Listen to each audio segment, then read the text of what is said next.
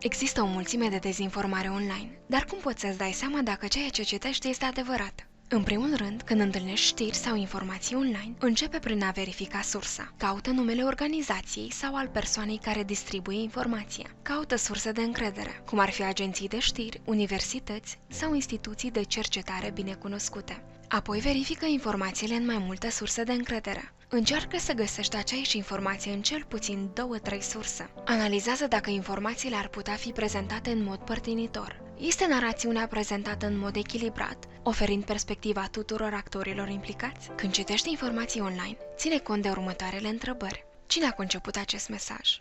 Ce metode sunt utilizate pentru a-ți atrage atenția? Cum ar putea fi perceput diferit acest mesaj de către diverse persoane? Ce informații lipsesc? Și care este scopul pentru care acest mesaj este transmis? Data viitoare când folosești internetul, amintește-ți aceste sfaturi pentru a naviga cu succes prin marea de informații. Fii informată, fii inteligentă.